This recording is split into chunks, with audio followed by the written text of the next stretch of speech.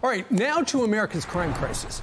Our next guest and her son were violently carjacked right in front of their own home as the suspects stole her SUV.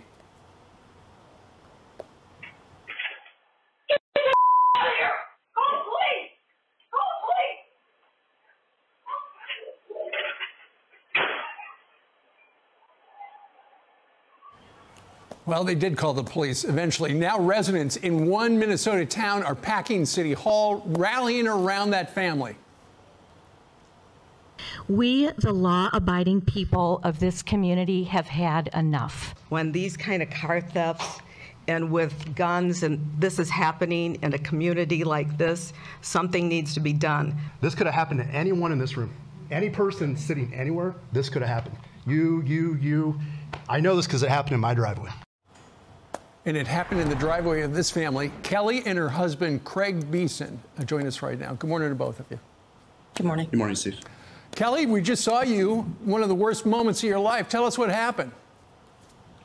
I saw a couple of guys run up our driveway, and I ran out to the garage to see what was going on. And one was in my husband's car, one was in my car, and the one took off running when he saw me, and I chased him.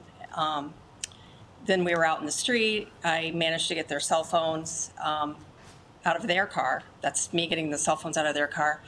And then they came and attacked me. By this time, my son was there. He was calling 911, and one of them went over and also attacked him. Then when they were leaving, they drove at us with both stolen cars. Both cars that they had were stolen. Man, you know, this wasn't like it happened at midnight or 3 a.m. in some part of town you've never been to. This is your driveway at 10:45 in the morning. That's correct. Yep. They followed us home, I think, from the grocery store, me and my 9-year-old daughter. And your town, Minnetonka, that is a very nice town. You know, when I think about it, I don't think about a carjacking problem, Kelly. No, I don't. I wouldn't either. But then after this happened, we did hear a lot from other people that this had happened to them. Things have been broken into. It seems like it was becoming more common. And Kelly, when you look at that video where the guys come and, you know, accost you outside the car, I'm sure in your head you can think, this could have gone so bad, could have gone so sideways, and by the grace of God, I am sitting here today.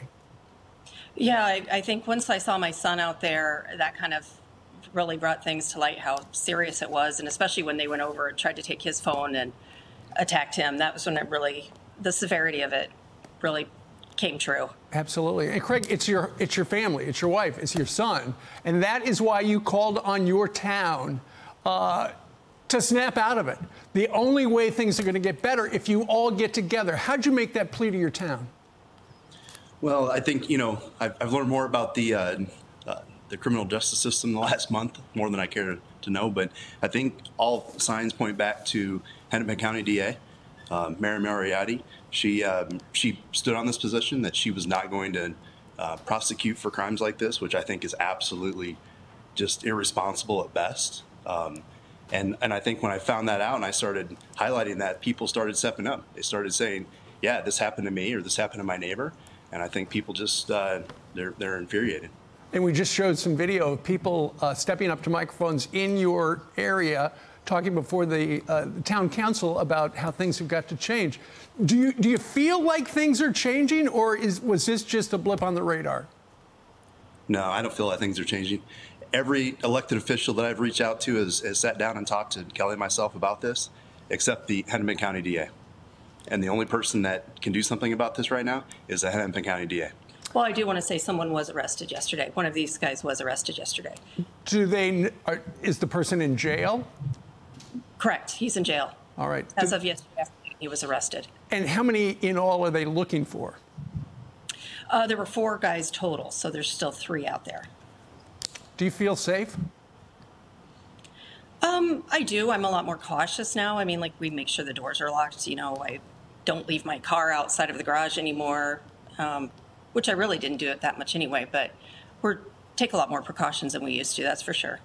Yesterday, we were showing some video of somebody in Connecticut simply opened the garage door, drove in, and that's when the bad guys came in and carjacked him. You just don't know. Everybody's got to be so careful. Right, right. And it can happen. I mean, it can happen again, especially if they follow you and you don't know they've followed you. No kidding. Well, we're glad you're okay, Kelly. Kelly and Craig Thank you. Beason, thank you very much for joining us live. Good luck to you. Yeah, thank you. Thank you.